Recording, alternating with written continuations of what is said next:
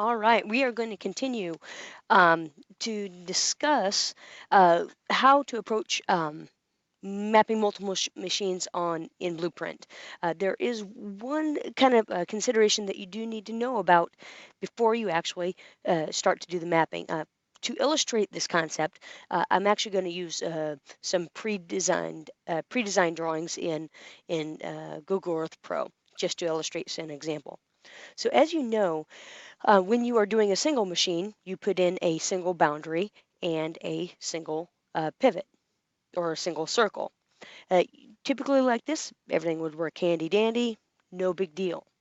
However, when you are looking at an example uh, for um, for two machines or more machines next to each other, this is a better example to illustrate. One of the things that's required is each machine needs its own field boundary. Each machine needs its own field boundary. If you're wondering kind of why is that necessary, that is necessary for two reasons. One is because in case these are corners, you're able to control where each of the machines steers into and stays away from other surrounding machines. The other one is that each machine needs a its own field boundary. The field boundary allows you to control the end gun throw. So in this particular case, you don't want it thrown onto that road. So keeping that example fairly simple, this is a good illustration for how to do that. This is a very simple example. However, recently I was working on a different project over in the southeast, and for this, it was much more complicated. Um, I'll kind of show you show you the approach that we took uh, on solving this issue. When we first received the information from the customer, the customer had just given us a field boundary. And in that, after that field boundary, what he also ended up doing is showing us this picture that he had drawn up.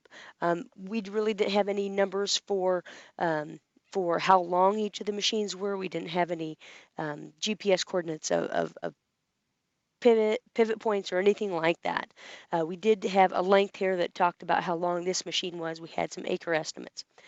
From that, I actually had or the territory manager and I, we created a spreadsheet, and I'll send you a copy of that spreadsheet. I should get that tomorrow. But what we actually ended up having to do was kind of back calculate that we said this was 47 acres. If this was 47 acres, how many acres are in a full circle? And then we estimated that this was about 270 degrees. So we said um, we performed a calculation that said that gave us that this was actually about 920 feet. So once we knew the length of the machine, and we kind of had a reference point on where it should have fit into the field, the next step that we had done is we found links for each of these four machines. Then what we did next, again, just to illustrate some concepts and also to verify our placement, we did do some drawing within Google Earth just for giggles and make sure our calculations would fit approximately right according to this particular map. So in case our map varied from what the customer had. What we had done is we just started out and put four basic circles in there. We knew we were smart enough to know that over here this wasn't going to be irrigated. We also were able to um, identify where the pivot points should be on each of these machines. We knew that this was going to be a part circle, and we knew this one was going to be a part circle. And so that kind of ended up corresponding to what that grower had wanted. Um, if we wanted to do this in strictly Google Earth, we could. What I ended up doing, or what you could end up doing, is you end up reusing those circles, and I'll take off these initial ones. And so we end up with something like this. So you could achieve that within Google Earth, but that's about all you're going to get out of it. You're not going to get a quote or look at the elevation or anything like that. Um, so while Google Earth is good in some cases, it also has limitations. It's also not integrated with other programs. That being said, um, we remember that when in our first example, or in our example for the Clear Lake stuff up here in Minnesota, these were two corner machines, and each of the fields required a field boundary. So that got a little bit trickier when you go back and start looking at this example in the southeast. So what ended up happening is we kind of had to also decide what would those boundaries look like. And just for illustration, I'll show you what we ended up with, what those boundaries look like. Is I'm going to take off the greater boundary here. And each of these machines would have had or is going to have its own boundary. And I kind of just put them in different colors to help you kind of see how you would initially rough them in. Um, this one was a particular challenge because you had to decide where you're going to start. Just to help you out in understanding and give you some guidance about where to start in a project such as complicated as this, is one thing I usually will look for is I'm looking for where are my hard boundaries. I knew over here that this was going to be a relatively soft boundary because um, these angles on this pivot number 4 could change. And I also knew on this side it was a kind of a soft boundary because those angles could change. I didn't know exactly where to locate each of these pivot points. Um, and so what we ended up deciding is we decided to start here over here. I had two hard boundaries that we kind of had to hit. Is on this road over here on the left, and then on this road on the south. We also had a pretty good picture about where that grower wanted to have that pivot point and what his angles should look like. We did we saw this in here. I didn't see that on his original map. So actually we could see it right in here. There's that road. So if we wanted to include that road, but so for some reason he wanted to stop it right here. Anyway, so you're kind of looking for hard boundaries um, when you're putting those uh, first first machine when you're putting in that first machine. So when I made this boundary, I made it fairly tight around the around my south and west edges. And then when I actually put this in Blueprint, I made this boundary way up here and way out on these edges because I didn't really know where that machine was going to end up. I didn't know what 920 feet looked like. So once I put that rough boundary in there, I was able to put a circle in there and then get that circle in. Again, I was doing this in Blueprint in this particular example. So I would put that circle in and I was able to slam that over to the west and to the south, move it 10 feet off the boundary. Then I knew then I actually, what that achieved for me is that gave me a good solid pivot point that I know I could depend on. And when I knew that that pivot point was in the right place and it matched up according to what that grower wanted on his picture, at that point, then I knew how long the machine was. Then I was able to bring these boundaries in because I could bring this boundary in. I could bring it in close to that north to make sure we were on the inside of this little farm road here. I also brought it in tight enough on the inside of this machine. The reason why I brought it in as tight as I could on the east is because that would actually create the edge of the boundary that I was going to need for pivot number 2. When we looked at pivot number 2, my next step was to use a boundary. I put that boundary in as close as I could over to here. I came up nice and tall up here just so it wouldn't get in your way. And I brought it all the way out here and all the way down here. I was kind of tight around the edge just because I knew that was a hard boundary. So put the circle in. Again, I knew the length of the circle. So knowing that length and knowing that I was needing to be close to that edge, I was able to move that circle right to the edge of here. That helped me establish a pivot point because I knew how long it was. And then what I ended up doing is I created these angles roughly. So I kind of just roughed them in as I thought best. So that finished out to finish out pivot number 2, I brought these boundaries in nice and clear. I brought this purple boundary. I brought that in nice again around the edge of pivot number 2. Then as I moved on to number 3, same kind of principles, getting nice and tight around this inside boundary. I had some hard boundaries on the south and had some medium boundaries, kind of a hard boundary up here at the north, and I was wide open, so I left this circle way over here.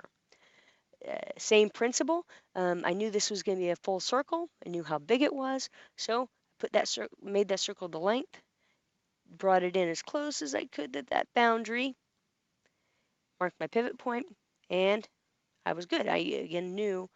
So I did have to do a little bit of cleanup here to make sure all the boundaries and everything fit. And same principle for pivot number 4. So I wanted you to see the approach that you take from a very simple project to a little bit more complex project like this. So I'll actually show you how this works in Blueprint. So I'm in as my test dealer. I'll go to Blueprint, and I will keep this fairly simple. I'll go to Start New Project with Map, and I will do Kindle to Machines, and then save. That takes me into a map. For this example, it doesn't really matter. Actually, let's go ahead and go to Clear Lake, Minnesota.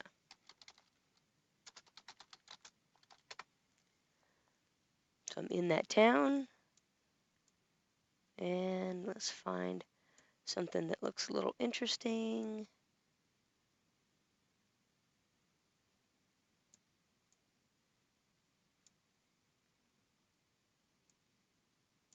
Whatever, we'll go ahead and use this. So the way I'm going to approach this, I'm going to take this field boundary, or this boundary tool, put in a field boundary just like you normally would. Again, as you know, I kind of just rough it in at first, and I'll plop in a circle. This is called pivot 1. I will then usually use edit circle or move to make this circle as precise as I want, get it in its quote perfect location.